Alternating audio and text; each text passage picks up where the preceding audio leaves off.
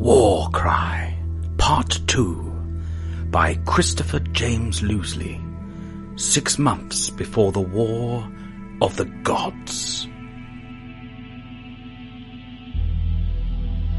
Aris could see the tower closing in, to the point where he could see the shuffling of shadows amidst the sparse torchlight. He headed the group, with the archer bringing up the rear. Every now and then he'd stop them, listening, sniffing at the air, trying to get a feel for the camp. On more than one occasion, he'd herded them away from a guard, using no more than scent, which even the archer had managed to appreciate, with her giving a slight smile, which quickly vanished. They were close now. Even a child could throw a stone and hit its walls. There was just one problem. 2 more guards waited at the entrance. But that was not all. For only 30 or so feet away, a group were clustered around a roaring fire, which whipped and cracked the night air. The guards were vigilant in their charge, but the group was loud and boisterous. So Aris saw this as the only opportunity to speak. But before a word had passed his lips, the archer was already speaking. There are too many of them. If we take out the guards, they will surely be noticed, she whispered, with the others nodding, including Aris, who was counting heads. 4, 5, 6, 8, plus the guards. In a straight fight, Aris knew that he could take them, all of them, but that was not the mission, nor did he want to open battle. His brow furrowed as his mind began racing through all the options open to them. After a few moments, his eyes became wide as an idea formed in his head. He turned to the mage, his expression hopeful. "How well can you control air?" he asked the man, whose gaze became quizzical, but he thought about it nonetheless. "When you're second in command to the Archmage, you've got to be pretty good," he responded, in a preeningly smug way, which did not sit well with Aris. "This is no time for stroking your ego," he grunted frustratedly. "Do it again, and I'll hurl you onto their fire as a distraction. Do I make myself clear?" The look in his eyes said it all, and the mage was visibly frightened. He timidly nodded, staying silent. "Good. I want to put out the fire, but make it look like it was just the wind. We'd have to start off small, and then work up to a gust that will completely snuff out the flame. If we're lucky, even the guards will go over to find out what happened, but if not, we can take them out without being noticed. Now, do you think you can do it?" Aris asked, watching as the man gauged the distance. Yes, I think I can." His reply was short, with an edge of fear still coming through, as he tried to avoid eye contact with the titan of a man. But Aris simply nodded before turning towards the campfire, confirming that such a move could be made without being seen. He gestured for the other 2 to stay put, while he lumbered a few tents along, the mage in tow. Once in position, the mage began to gently rouse the air around him. As he called upon it, his robe billowed and his hood waved, revealing his bold green eyes. This was the first time Aris had really taken in the mage's appearance, his eyes framed by thick black hair that ran to his shoulders, with a matching beard perfectly groomed into a neat goatee. Without any prompting, the mage directed a small gust towards the gang of raucous thugs, watching as each one shivered slightly. He kept out of sight, but continued the flow of air, allowing slight ebbs in his casting to maintain believability. A couple of the group remarked on the sudden breeze, but didn't seem suspicious of it. Some grabbed a few nearby animal pelts, while a couple of them bid the others good night, citing that the chill was a sign that it was time for bed. Aris raised a dry smile. He hadn't thought that it would start working this quickly.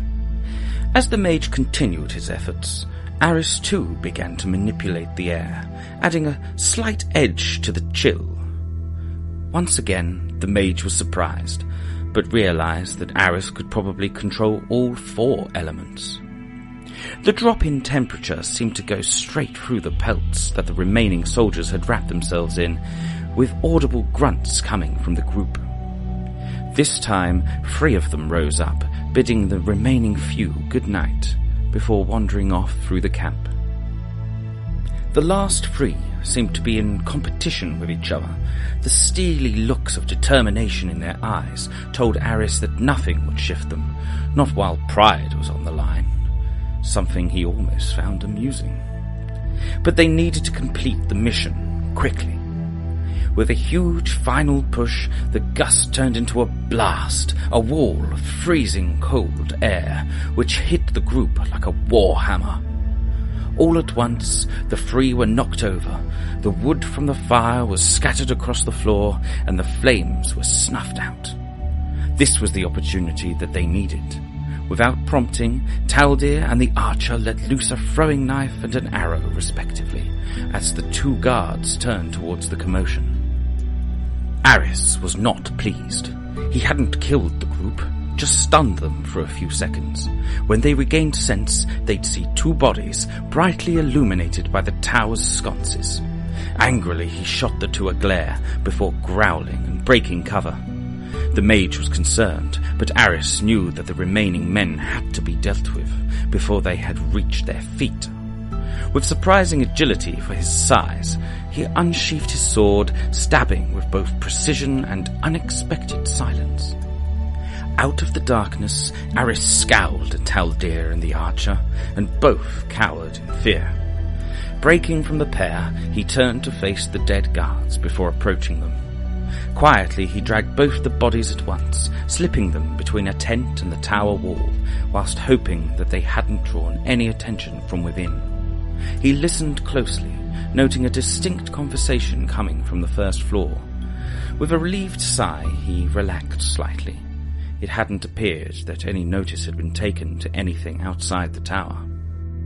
Aris gestured for the mage to slink over to his position. Carefully, cautiously, he moved through the edge of the shadows, where the campfire had been, where only dim embers remained.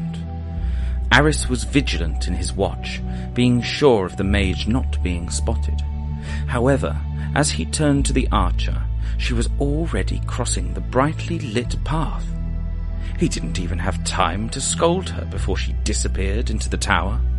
Rage began to take Aris as his feet moved after her, but a hand touched his arm, pulling him back slightly. It was Taldir, who had taken the same route as the mage, silent and unseen. "Let me go after her. I'll get her before she does something stupid." And with that, he was gone. Aris was frustrated. He just wanted to grab the woman by the scruff of the neck and bring her back. But Taldir was the right person to go. He was smaller, lighter, and had his throwing knives, where Aris only had his sword. For a minute or so they waited, with the mage nervously shuffling, whilst Aris gripped the hilt of his sword, his knuckles turning white with the intensity. Aris knew they could wait no longer. He swung around the tower and in through the door, waving for the mage to follow him. His hands already on his sword, he rushed up the stairs as quietly as he could. Before the door to the first floor, they came across Taldir, laid across the stairs, holding his side, blood on his hand. "She refused to see reason," Taldir whispered, grunting as he tried to pull himself into a seated position. "I told her we had to do this together, but she said she would do this herself, achieving ultimate glory." Aris's eyes flared at the words of his companion. Hubris, the ultimate arrogance, where she would jeopardize the entire mission to boost her standing with kings and lords. He helped his friend up, handing him over to the mage, who silently obliged. Aris stormed into the first room of the floor, drawing his sword ready. He completely ignored the impeccable job she'd done, with 4 bodies strewn across the floor. She must have been quick, for no cries or signals had been raised. Each body had a single arrow in them. Each was a kill shot. But these were just soldiers, with seemingly no powers, and she was racing towards a foe that had never taken a single blow in combat, a foe who was rumoured to be blessed by a goddess. Aris stormed up the stairs, passing another dead guard on the way, this one having a knife wound to the throat. As he closed in on the second floor, he turned into the room to see her almost at the last staircase. He couldn't afford to shout after her, but then he didn't need to. As she disappeared through the doorway, a loud thud sent her flying back through, across the floor. Aris stood tall, ready for what came next, as a tall, slim man sauntered into the room. He was muscular, but not like Aris, and he wore purple and gold armour around pale grey skin. He had long black hair pulled back into a ponytail, along with violet eyes that almost seemed to glow in the torchlight. The marks of Azin covered his face, almost like tattoos. Or maybe they were. Shadow almost seemed to emanate from him as he confidently strode into the centre of the room, his gaze still fixed on the archer. You must be Voranis, the Shadow Walker, Aris said, trying to redirect the man's attention. It worked, with a smile curling onto Voranis' face as he gave Aris a slight bow. Indeed, I am, he responded, turning to face his new foe. I wonder, will you finally give me the challenge I crave, or is that thing just for show? He asked, pointing at Aris' sword.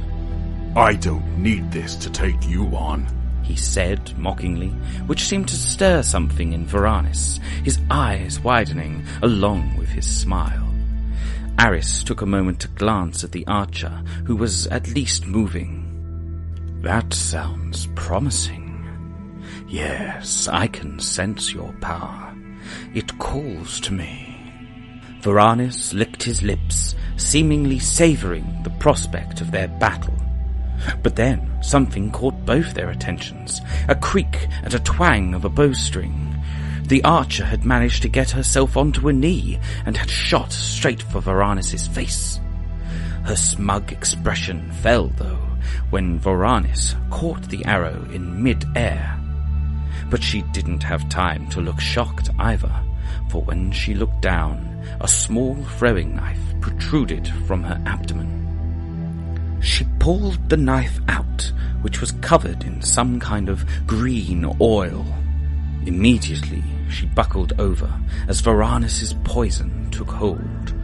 Her veins began to glow a sickly green, and her skin paled and withered. All at once, she realized how insignificant she truly was, how wrong she was, and how vain she'd been. She didn't have time to scream or call for help, only enough for her to shoot Aris an apologetic look before her eyes closed forever. At that moment, Taldir and the mage had reached the doorway, looking horrified at what had just happened. But Aris was furious. He raised his sword and rushed his opponent, coming down hard with a strike across his left shoulder.